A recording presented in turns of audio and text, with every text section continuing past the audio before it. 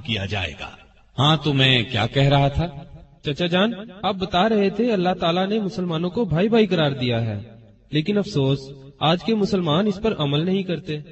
بہت خوب، آپ دوسروں کے بارے میں خیال ظاہر کرنے کی بجائے خود اس حکم پر عمل شروع کریں، بھائی چارے کی فضا قائم کریں۔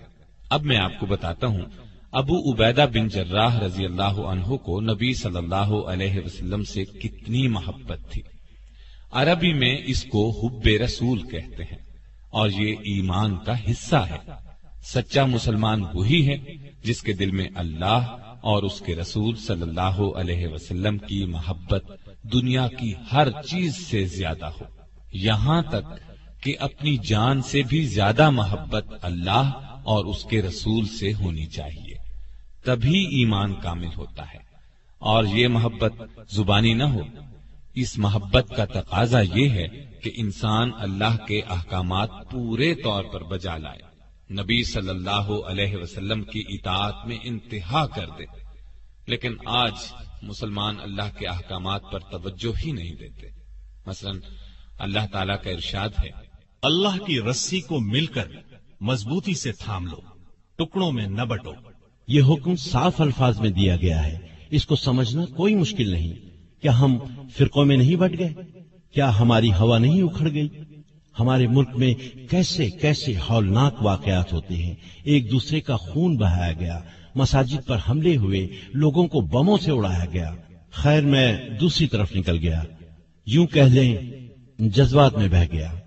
اللہ تعالیٰ سورہ حج کی آیت نمبر 78 میں ارشاد فرماتا ہے، ملت ابیکم ابراہیم هو سماكم المسلمين من قبل وفي هذا۔ قائم ہو جاؤ اپنے باپ ابراہیم کی ملت پر، اسی اللہ نے پہلے بھی تمہارا نام مسلم رکھا تھا، اور اس قرآن میں بھی تمہارا یہی نام ہے۔ جب پوری امت کا نام مسلم ہے یا مسلمان کہہ لیں تو ان میں فرقوں کا کیا کام؟ مطلب یہ کہ ہمارے دین کا نام اسلام ہے اور ہم مسلمان ہیں، اور بس۔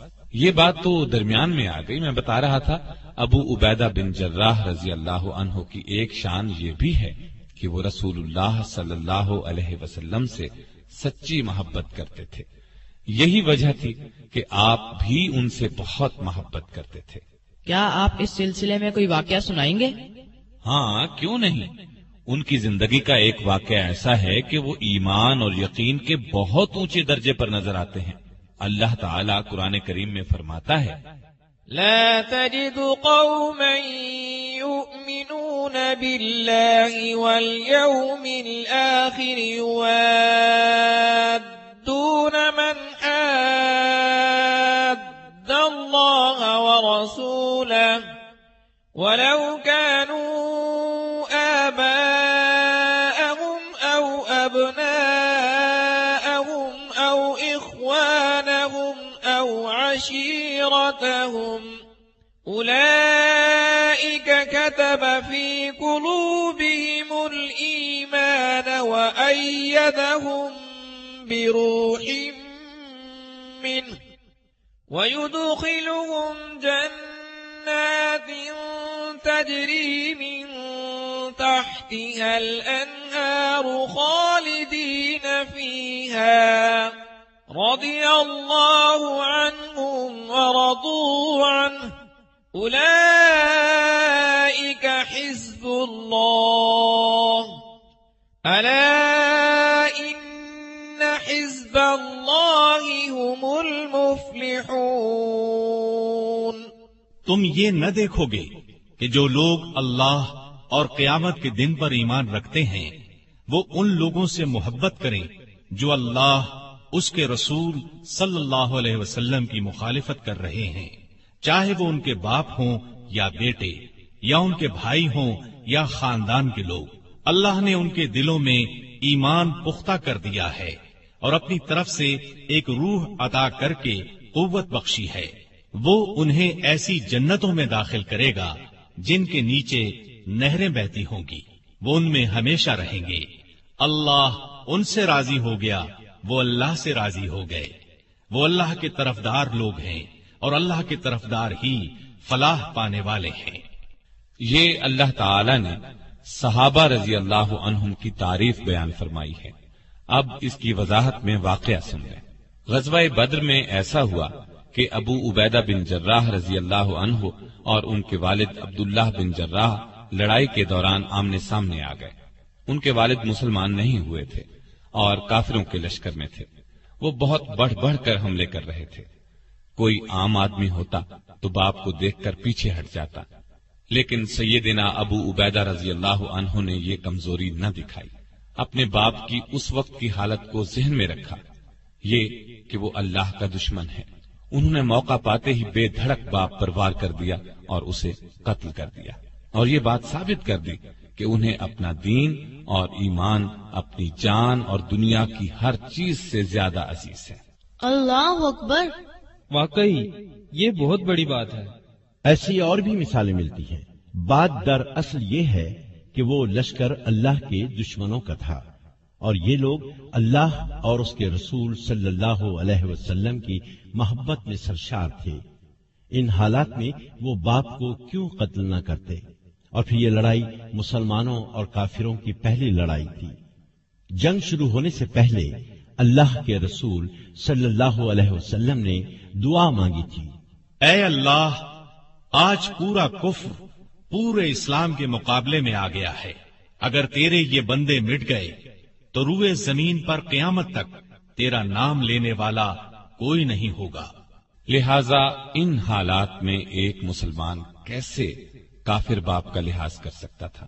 دراصل سب رشتوں میں اصل رشتہ ایمان کا رشتہ ہے۔ غیر قوم سے تعلق رکھنے والا مسلمان دوسرے مسلمان کا بھائی بن جاتا ہے، اور سگا بھائی کافر ہو تو اس کی حیثیت غیر جیسی ہو جاتی ہے۔ چنانچہ ابو عبیدہ رضی اللہ عنہ نے ایمان کے رشتے کو سامنے رکھا اور کافر باپ کو قتل کر دیا جو مسلمانوں کو ہلاک کرنے کے لیے آیا تھا۔ ایک اور واقعہ سناتا ہوں۔ اس سے یہ بات ثابت ہو جاتی ہے کہ سیدنا ابو عبیدہ رضی اللہ عنہ کو رسول پاک صلی اللہ علیہ وسلم سے سچی محبت تھی۔ غزوہ بدر میں شکست کھانے کے بعد اگلے سال 3 ہجری میں مکے کے کافروں نے پھر حملہ کیا اور احد پہاڑ کے قریب مسلمانوں اور کافروں کے درمیان لڑائی ہوئی۔ اس لڑائی کو غزوہ احد کہتے ہیں۔ اللہ کی مدد سے یہ لڑائی بھی پہلے مرحلے میں مسلمانوں نے جیت لی۔ کافر میدان چھوڑ کر بھاگ کھڑے ہوئے۔ اس موقع پر 50 تیر اندازوں سے چوک ہو گئی۔ نبی کریم صلی اللہ علیہ وسلم نے ایک درے پر انہیں مقرر فرمایا تھا اور ہدایت فرمائی تھی کہ درے کو نہ چھوڑنا، کیونکہ اس طرف سے دشمن مسلمانوں پر حملہ کر سکتا تھا۔ جب کافر بھاگے تو ان تیر اندازوں نے درہ چھوڑ دیا اور مال غنیمت سمیٹنے کے لیے میدان کی طرف چلے گئے۔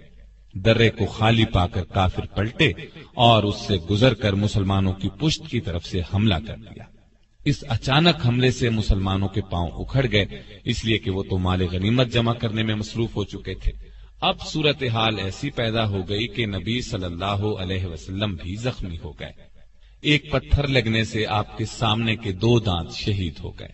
خود کی کڑیاں آپ کے رخسار مبارک میں گڑ گئیں۔ یہ بہت نازک وقت تھا۔ مسلمان پاؤں اکھڑنے کی وجہ سے بکھر گئے، ادھر ادھر بھاگ پڑے۔ ادھر کافروں نے شور مچا دیا کہ ہم نے مسلمانوں کے نبی کا خاتمہ کر دیا، نعوذ باللہ۔ ایسے نازک موقع پر ابو عبیدہ بن جراح اور دوسرے جانثار صحابہ رضی اللہ عنہم نے اپنی جانوں کی پرواہ نہ کرتے ہوئے آپ صلی اللہ علیہ وسلم کی حفاظت کی خاطر سامنے کھڑے ہو گئے، اور جو تیر، نیزہ، پتھر، جو کچھ بھی آیا انہوں نے اپنے جسموں پر اس کو لینا شروع کیا۔ تیر آتے نظر آتے تو وہ اپنے ہاتھ آگے کر دیتے، اپنا سینہ تان دیتے، اور نبی صلی اللہ علیہ وسلم تک کوئی ہتھیار نہ پہنچنے دیتے۔ ابو بکر صدیق رضی اللہ عنہ فرماتے ہیں کہ رسول اللہ صلی اللہ علیہ وسلم کو خطرے میں پا کر میں آپ کی طرف بھاگا تو ابو عبیدہ بن جراح مجھ سے پہلے پہنچ چکے تھے۔ اف اللہ، وہ لمحات کس قدر سنگین ہوں گے۔ پھر چچا جان، کیا مسلمان یہ جنگ ہار گئے تھے؟ نہیں، یہ ہاری ہوئی جنگ بھی مسلمانوں نے پھر جیت لی تھی۔